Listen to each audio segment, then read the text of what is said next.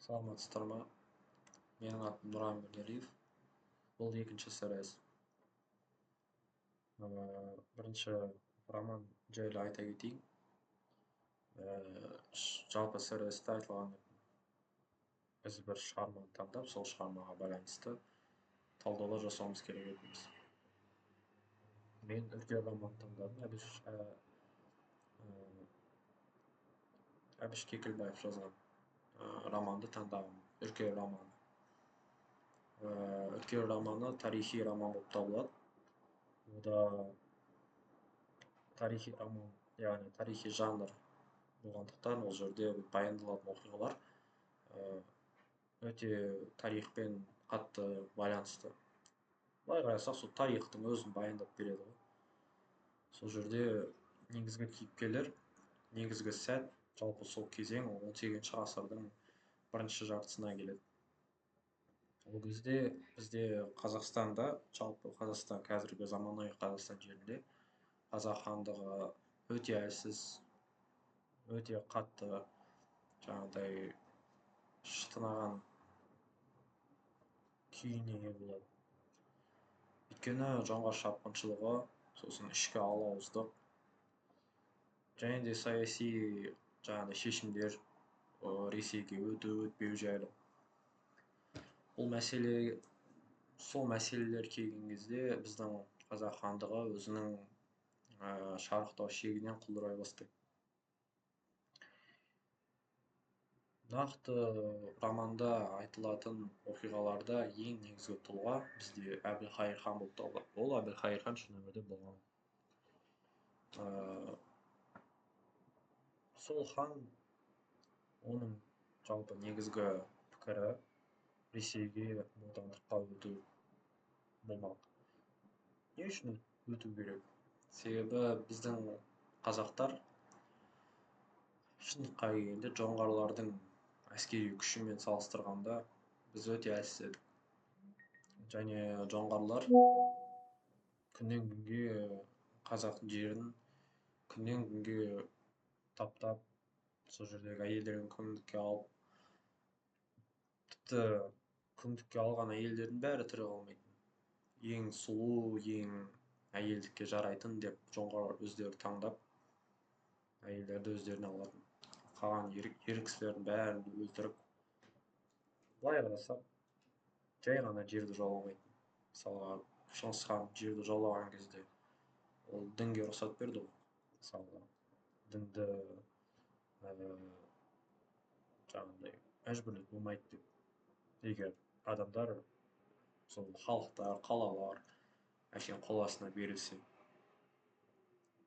Соңында бірақ жоңғарларда ондай болған жоқ. Мысалға да, олар қазақтарды түгел геноцид ұйымдастырып қырмақшы болды. Қай бармақ қазақтар? Егер орыстар жаңағыдай империя, олардың күштері көп. Бірақ әрине олар да құр қарап өтпейді ғой. Олар да құрдан құр көмектеспейді басқа мемлекетке, дұрыс па? Олардың да өздерінің бастарында бір мақсаттары бар. Дұрыс па, бұрыс па, ол екінші сұрақ, бірақ мақсаттары бар. Яғни олар бодандыққа алғылары келді қазақтарды. Бүкіл жаңағыдай қазақтарда бар ресурстарды өздеріне алып, сондай еді. Енді сондан қорқатын халық. Сол кезде осы романда бізде осы оқиғаның айналасы ғой. Қалай біз бодандыққа өттік, қалай Әбілқайыр хан, жалпы бұл жерде Әбілқайыр ханның өзінің ішкі жан дүниесі, ойлары сол романда талдалады. Шығарманың жалпы негізгі идеясы жаңағыдай мәселе көтерілген. Бұл жерде сол біздің тарихымыздағы қазақ халқының кешкен тағдыры. Бұл өте күрделі мәселе. Жай ғана күнделікті болатын оқиға емес қой. Бұл біздің қазақтың келесі ғасырларда қандай оқиғалар болды. Мысалы біз орыстардың арасында қалдық, яғни СССР құрылды. Сол замандағы пропаганданың салдары қазір бар. Қазіргі қазақтардың мысалға осы үлкен совет үкімет кезінен қалған идеологиялар, бұның барлығы қалай басталды? Бұның бәрін шешкен осы романдағы баяндалып келген оқиғалар болған еді. Бұл оқиғалар алғышарт еді. Бұл сол біздің ұлтымыздың тағдыры және де таңдауы еді. Хандардың, билердің пікірталасы, сол кездегі олардың бүкіл қазақтың келесі үш ғасыр, 18-ші ғасыр болса, 19, 20, 21, 3 ғасыр. Осы 3 ғасырдың қалай кететінін шешкен мәселе бұл тарихи таңдау. Елді аман алып қалу үшін қандай шешім қабылдау керек еді ол кезде. Егер орыстарға берілмесе, жоңғарлар түгелдей бізді жойып тастайды. Ал егер оларға берілмей, орыстарға жаңағыдай ант етсек, олар бізге әшейін былай тепе-теңдікте қарап тұрғандай қарамайды ғой. Орыстар үшін қазақтар бұл жай ғана көшпенділер, иә. Мүмкін олар үшін көшпенділер бұл жай ғана жаңағыдай ешқандай құндылықтары жоқ, моралі жоқ, заңы жоқ деп көруі мүмкін де, стереотипі болуы мүмкін орыстарда. Олар ойламайды, бұлармен одақ құрамыз, бұлар бізбен бірге әлем аренасында былай қарасақ жолдастар, жоқ, өйтіп ойламайды олар. Олар жаңағыдай бізді дәл солай алады. Бірақ олар жоңғарлар сияқты бәрімізді қырып тастамайды да. Олар басқаша, олар қулау, олар өте, қалай айтсақ болады, өте қу жолмен қазақ халқын өзіне қаратады.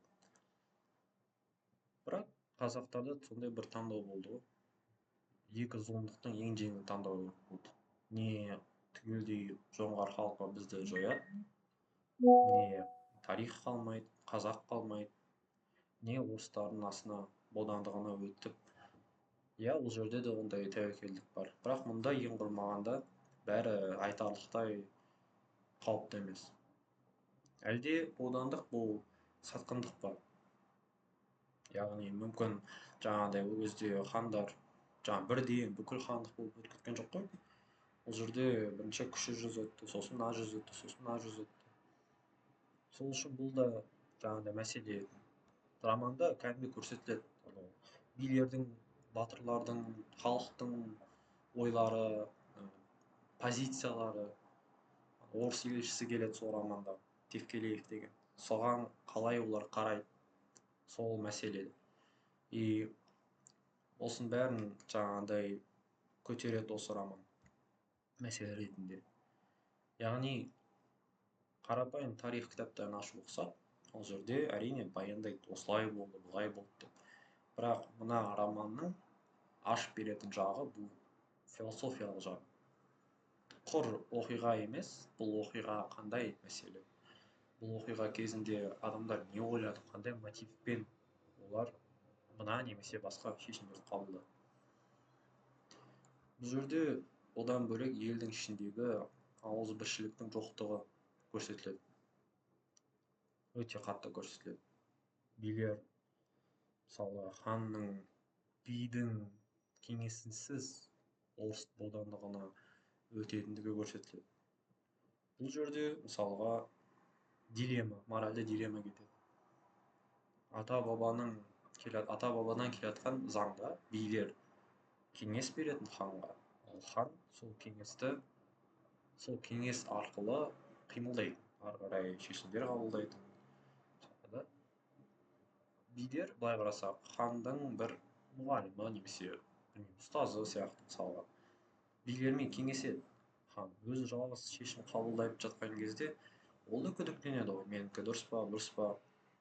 Билер, даналы кісілер, олар жан-жақты қарайды мәселеге. Бірақ бұл романда Әбілқайыр хан билерге қарамайды. Өйткені жағдай тым қиын және бәрі бүкіл картинаны көріп тұрған жоқ. Бүкіл жағдайдың, бүкіл ситуация. Иә, билер айтады Әбілқайырға, сен қалай ата бабаның дәстүрін жаңағыдай сақтамай тастап, Ресейдің бодандығына өту жайлы шешім қабылдадың. Иә, сол кезде жаңағыдай айтылады тағы. Сен білмеп пе едің сөйтіп істеген ханның жазасы қандай болатынын деп. Былай қарасаң, ата бабаның дәстүрін талқыламадың да сен. Бірақ былай қарасаң, жаңағы Әбілқайырдікі де бір жағынан дұрыс та.